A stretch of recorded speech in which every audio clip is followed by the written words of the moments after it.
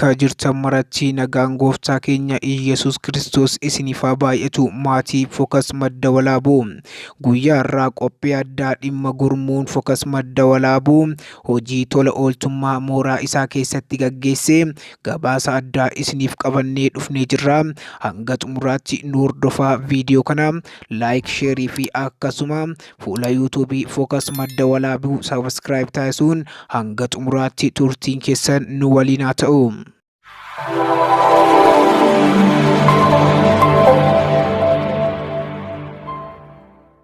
Eebila 24 bara 2014 barattoonni mooraa Madda Walaabuu kanneen miseensa Focus Madda Walaabuu ta'an gurmuudhaan mooraa isaanii keessatti bobba'uutiin mooraa isaanii qulqulleessaa oolaniitu jiru.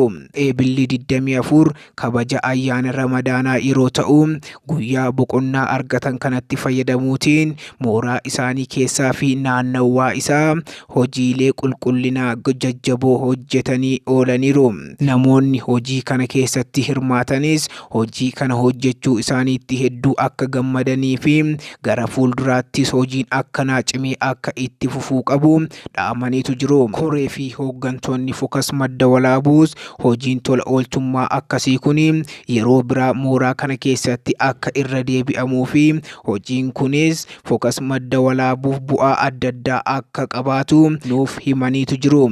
Kana malees hooggantoonni mooraa kana keessaa yeroo biraa bakka isaan argamanitti hojii kana irra deebi'uutiin ni hojjennaa jedhanii waadaa seenaniiru.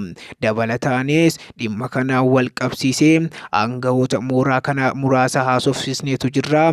Qophii kana wal qabatee yaada namoota hojii kana irratti hirmaatanii fi koree Focus Madda Walaabuu akkasuma hojjettoota mooraa kana wal duraa duubaan kan isiniif dhiyeessinu ta'a. Turtiin keessan hanga xumuraatti nu waliin haa ta'u. Nu waliin tura. Tole galatoomaa jecha koree YouTube Focus Madda Walaabuu baay'ee isin galateeffannaa akkasittiin hojii kana irratti argamtanii waan barattoonni keenya tola ooltummaadhaan guyyaa irraa Focus Madda Walaabuu keessatti hojjetan waraabuu keessaniif galatoomaa isiniin jecha ani koree walitti qabaa Focus Madda Walaabuu yoon ta'u bara kana keessa miseensi Focus Madda Walaabuu hojii gaggaarii Focusii keessatti hojjetan gadi ba'ee asitti mul'achuu qaba waan jedhamu yaannee guyyaa irraa kana milkaa'uu dandeenyeerra jechuudha. Yeroo baay'eedhaaf yaadaa turre garuu bara kana keessa guyyaa irraa ayyaana Eid al-Fixriin sababeeffachuudhaan tola ooltummaa kana hojjechaa jirra jechuudha. Tola ooltummaan kunis baay'ee nu gammachiiseera. Bareedina yuunivarsiitii keenyaatiif barattoonni haaraan illee yeroo dhiyoo asitti waan simatamanii fi gibbii keenya qulqulleessinee bareechinee waan gaarii charchii keessatti hojjechaa turre addoo kanatti mul'isuu barbaanneerra jechuudha. Tole galatoomii mee kaayyoo fi ergamni hojii kanaa maali? Akkasumallee barattoota mooraa kana keessatti baratan kanneen amantii biraa hordofaniif ergaa maalii qaba hojiin keessan guyyaa irraa kun? Tole yeroo hundumaa nagaa buusuu jaallachuu nama hundumaa hammachuudha kan nuyi jaallannu. Kanaaf hammataa ta'uu keenya jaalalaan nama hundumaa ofitti qabuu keenya nama hundumaaf yaada gaarii qabaachuu keenya mul'isuudhaaf jechuudha. Ergama kan biraa tokko illee hin qabnu jaalala qabnu tokkummaa qabnu saba hundumaatti mul'isuudhaaf jechuudha. Tole galatoomii mee hojiin har'a hojjettan kun gama mooraa gibbii kanaatiin Focusii faayidaa maalii qaba? Hojii kana hojjechuuf Focus maal fayyadama? Tole Focusiidhaaf faayidaa lamaan hanga sadii ni qaba jedhee yaada. Inni jalqabaa tokko daabboo funaanuudhaaf gibbiin kun nuuf iyyamee jira. Daabboon funaanamu kun immoo galii Focusii ni guddisa. Kana booddee qaamni nu gaafatus qaamni nu doorsisu hin jiru. Firiidamiidhaanii daabboo akka funaannannuudha. Inni lammataan immoo bor gibbii kana keessatti gaafii kamiiniyyuu yoo gaafanne deebii argachuudhaaf tola ooltummaan kun nu fayyada dhaloota dhufuuf jenneeti. Inni kan biraan immoo yooma waan tokko nu fayyadu ta'eyyuu hojii gaarii hojjennee dhalootatti agarsiisuu qabna waan jedhamu. Tole galatoomii barataa GC yookaan barana eebbifamuu ta'uu keetiin wal qabatee barattoota mooraa kana keessatti hafaniif ergaa maalii qabda hojii kana akka isaan itti fufanii hojjetaniif? Tole hojii kana akka isaan itti fufaniif dhaamsan qabu yoo jiraate nuti waan xiqqoo kana hojjennee jechuudha. Bor garuu barataan asitti hafu gibbii kana keessatti maqaa Focus Madda Walaabuutiin biqiltuu guddisee maqaan keenya gibbii kana keessatti magaalaa Roobee keessatti hanga Focusii Itoophiyaattis hanga yuunivarsiitota Itoophiyaa keessattis beekamtii guddaa akka inni argatuuf barattoonni asitti hafan gahee guddaa taphatu. Tola ooltummaan kun bara 2014 guyyaa tokko yoo hojjetame iyyuu 2015 immoo guyyaa baay'ee hojjetamuu qaba giriin eeriyaa keessatti hirmaachuu qabu jedheenii yaada koolaadha. Tolee galatoom yaada nuu kenniteef. Ulfaadhaa galatoomaas. Maqaan koo Ashannaafi Baatirii jedhama. Gaheen hojii kiyyaa eegumsaa fi nageenya sababaadha jechuudha.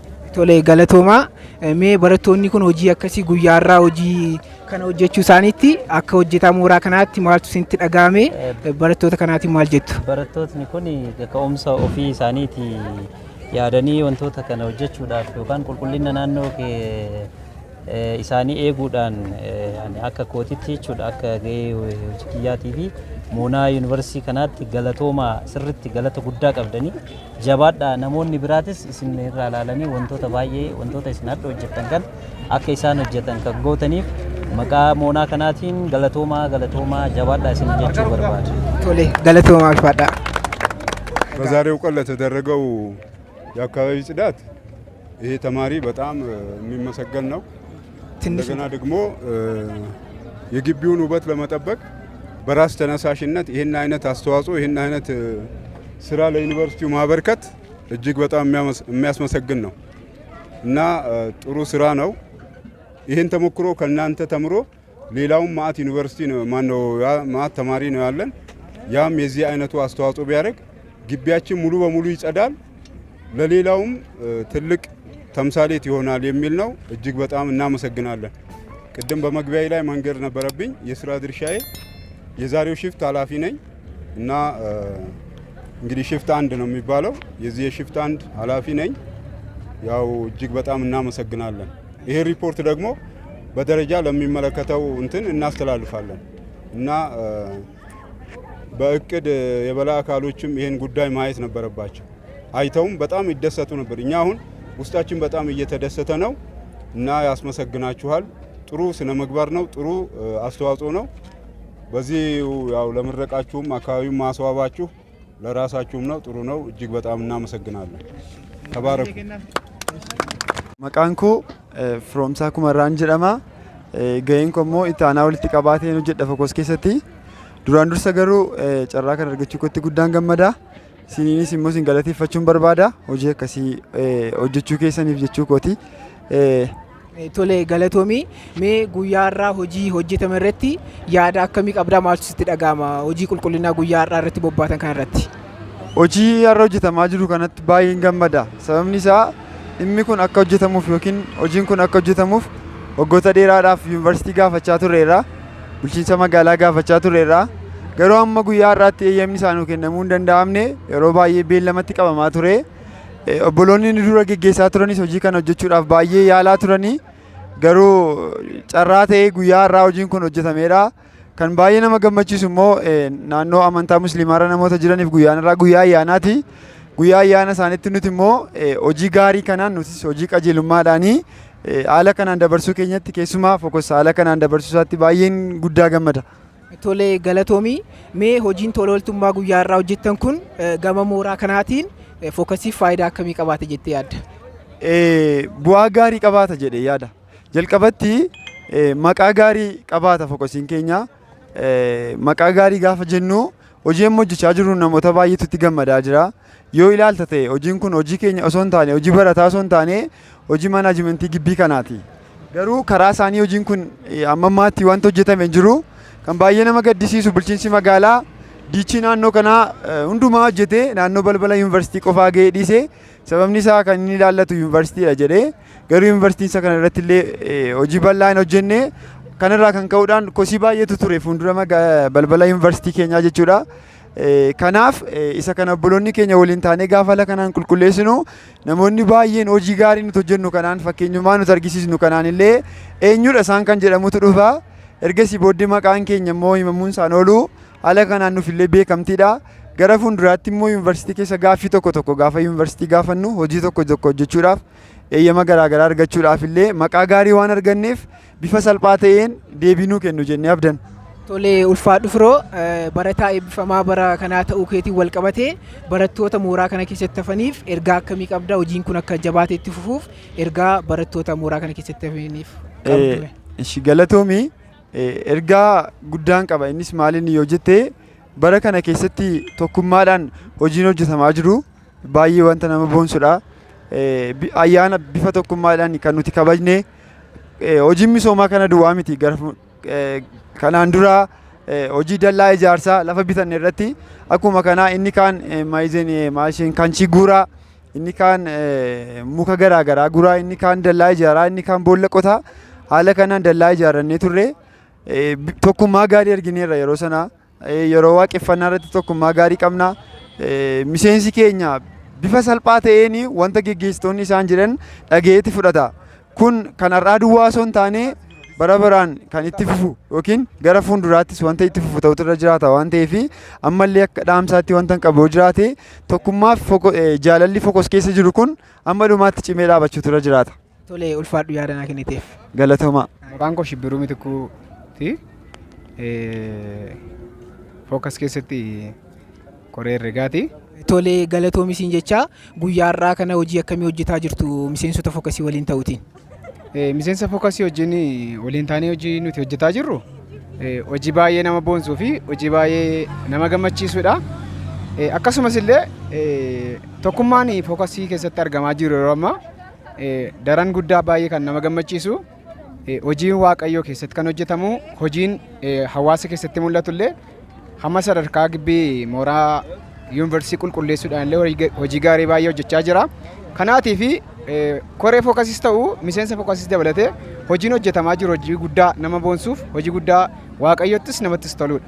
Tolee galatoomii mee hojiin guyyaarraa hojjechaa turtan kun fookasiif faayidaa akkamii kenna jettee yaadda gama mooraa madda walaabuutiin fookasiif faayidaa akkamii qaba? Eeyyeen egaa fookasiif faayidaa gurguddaa inni qabu wantoota muraasa yoon kaase tokko ijoolleen kiristaanota ta'anii hojii gaarii hojjechuu isaaniitiin namoota Oromoota ta'an yookaas waa'een jireenya kiristaanummaa hin galleef duratti hojii gaarii hojjechuun nurraa akka eegamu nurraas akka barbaachisu barnoota qaami biraan yookaas immoo namooti biraan nurraa argatu jedhee yaada.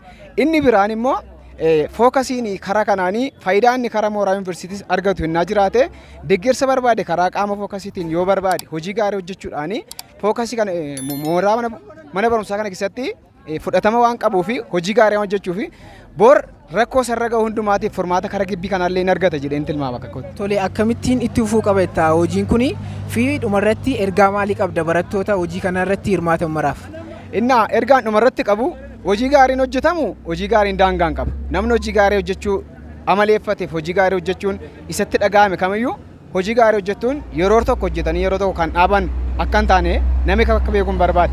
Inni dabalataan ani barattoota keenya fookasiidhaaf kaasuu barbaadu immoo hojii gaarii kana tokkummaaf jaalalama jalqabne kanaa olitti hojii gaarii hojjechuu akka dandeenyutti fookasii maanna'u madda walaabuu kanarraa kaannee haga sadarkaa bulchiisa magaalaa geenye illee seektara garaagaraa yookaas waajjira garaagaraa keessa gallee hojii gaarii hojjechuudhaaf mul'ata amma jalqabne kana daran jabeessinee itti fuutuun dura jiran jedha. Kanaaf itti dabalee barattoota keenyaa fi koree olaanoo keenyaan hundumaanis guddaa galatooma isin warri nu keessummeessitanii baay'ee galatoomaa isin jechuun barbaada ulfaadha. Tolee galatoome. በጣም ድንቅ የሆነ ነገር ነው። በጣም መሰረታዊ ነገር ሁሉም ማየት መማር የሚገባው ነገር ነው። እውነት ለማን እሱ ብዙ ነገሮችን ተናግሯል።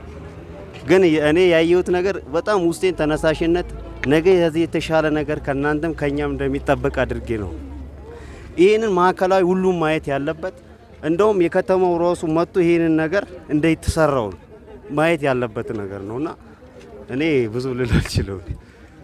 ደስታዬን በጣም ኦቨር ሆኗል የእውነት እና አመሰግናለሁ። Maqaan koo Anaa Mustafaa jedhama. Dipaartimentiin Konfoormeeshin Siisteemii Foorziirii bara kana jijjiidha jechuudha. Ani maqaan koo Seenataa Miruun jedhama. Kanan baradhu dipaartimentii Loo waggaa 5ffaa bara kana eebbifamtuudha jechaadha. Tolee galatoomaa isiniin jecha guyyaarraa hojii akkamii hojjetaa jirtu akkasuma hojii kana hojjechuu keessaniif maaltu isinitti dhaga'ama? Hojii guyyaarraa hojjechaa jirru hojii baay'ee boonsaadha baay'ee gammanneerra.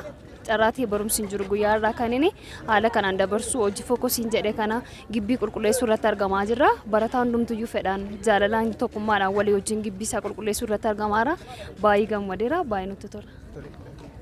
Hojii guyyaarraa kana hojjetaa jirruun tokkoffaa wanta kana yaadanii kan qopheessan koree fookas madda walaabuu baay'ee galatoomaan jedhaanii inni lammaffaan immoo barattoonni akka kanatti abboomamuudhaan ajajamuudhaan hojii gaarii hojii ulfina qabeessa hojii namatti toluuf hojii bor seenaa ta'e siidaa ta'e fokas madda walaabuu keessatti afu kana kan hojjetaa jiraniif baay'ee galatoomaa waaqayyo isin haa eebbisu gatiin keessan guddaa ta'uun jedha gamanumaan immoo hojiin kun maal ibsa yoo jenne tokkoffaa dhaloonni jaalala qaban akka kanatti tokkummaadhaan hojii gaarii kana kan isaan hojjetan jaalala isa baran sana agarsiisuudha lammaffaa immoo kunumti mataan isaayyuu hojii gaarii waan ta'eef boris darbee bara kana duwwaa hojjetama duwwaatu hin taane dhaloota amma dhalootaatti dabarsanii akka isaan hojjetaniin jedha kana duwwaas immoo hin taane waan dhafellee itti dabalanii keessumaa barattoonni bor lafa kanarratti afanii barumsa baratan akka kana seenaatti ka'anii dhalootaaf dabarsaniin jedha hunduma keessan waaqayyo isin haa eebbisu. Guyyaa har'aa hojjetamaa jiru irratti wanti natti dhagahame gammachuu guddaan qaba baay'ee natti toleera. Barataan akkasitti walgahii gaafa gibbii isaa akkasuma mooraa isaa qulqulleeffatu baay'ee natti toleera gammachuun tollee baay'ee guddaadha. Hojiin kun kana booddee kana caalmaa ciminaan akka isaan hojjetanii nurraa fakkeenyummaa gaarii fudhatanii guyyaan irraa guyyaa jalqabaa ta'uyyuu malee kana booddee kana caalmii cimsanii akka isaan hojjetan hawwii guddaan qaba abdii koodhas. Lalisaa Magarsaan jedhama. Kompiitar saayinsii waggaa arfaffaadha eebbifamaa bara kanaa jechuudha. Haalli hojii isaa baay'ee namatti tola homaan jedhu yeroo jalqabaa fidannee nuti kana hojjechuu jalqabneerra gara fuulduraatti immoo dhaloonni baay'een kanarraa dhaalanii akka isaan kanarraatti waan baay'ee baratanii wantoota guddaa hojjechuu akka danda'an nan abdadha. Hundi keessanuu warri miidiyaa keenyaan nu hordofaa jirtanii carraa waan tokko hojjetanii darbuu fakkeenya namaa ta'anii darbuu waan akkasii sammuu keessan keessatti boocuu qabdu. Galatooma siniif illee yeroo gaarii siniin jedha. Hojii akkuma argamaa jiru akkuma mul'achaa jiru duula naannoo qulqulleessuu irratti akkuma bobbaanee jirru karaa Fokos Madda Walaabuu Yuunivarsiitii bakka buunee nun hundi keenya obboloota amantaa kiristaanaa hundumaanii bakka buunee kan naannoo kana qulqulleessaa jirrudha jechuudha. Hojii kana hojjechuu kootiif immoo baay'ee hamilee ammana jedhamne gammachuu guddaatu natti dhaga'ama. Gammachuu koo ammana jedhee ibsachuun baay'ee natti ulfaata jechuudha. Garbachuuf hojiin kun hojii baay'ee nama boonsuu fi hojii gammachiisaadha. Karaa kootti baay'ee guddaatti gammadeera. Hojii itti fufiinsa qabaachuu malus jedhee yaada. Tolee gara fuulduraatti Fokosiin dhimma qulqullina naannoo kanaa irratti maal hojjetu qaba jettee yaadda? Hojiin kun utuu laafiin itti fufiinsaanii kana caalaa guddatee itti fufuu qaba jedhee yaada.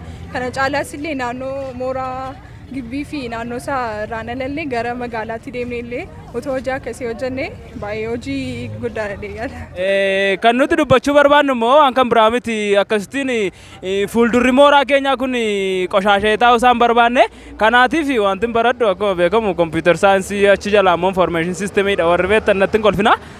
Kanaatiif har'a guyyaa hojjetoonni Fokos Madda Walaabuu barattoonni itti mooraa fuuldura qulqulleessuudhaaf ba'anidha. Egaa maatii Fokos Madda Walaabuu qophiin guyyaa har'aaf addatti isiniif qopheessinee isiniif dhiyeessine kan hanga ammaatti hordoftan kana fakkaata ture. Egaa viidiyoo muraasa yeroo gareen Fokos Madda Walaabuu mooraa isaanii qulqulleessan kan walitti qindeeffanne qabna. Viidiyoolee kanneen waliin turtii gaarii qabaadha. Viidiyoo kana laayik, sheerii akkasuma yuutuub chaanaalii kana sabskiraayib taasisuu hin dagatinaa. Qophii biraan hanga walitti deebinutti nagaan gooftaa keenya Iyesuus Kiristoos isiniif haa baay'atu. Nagaan nuuf tura.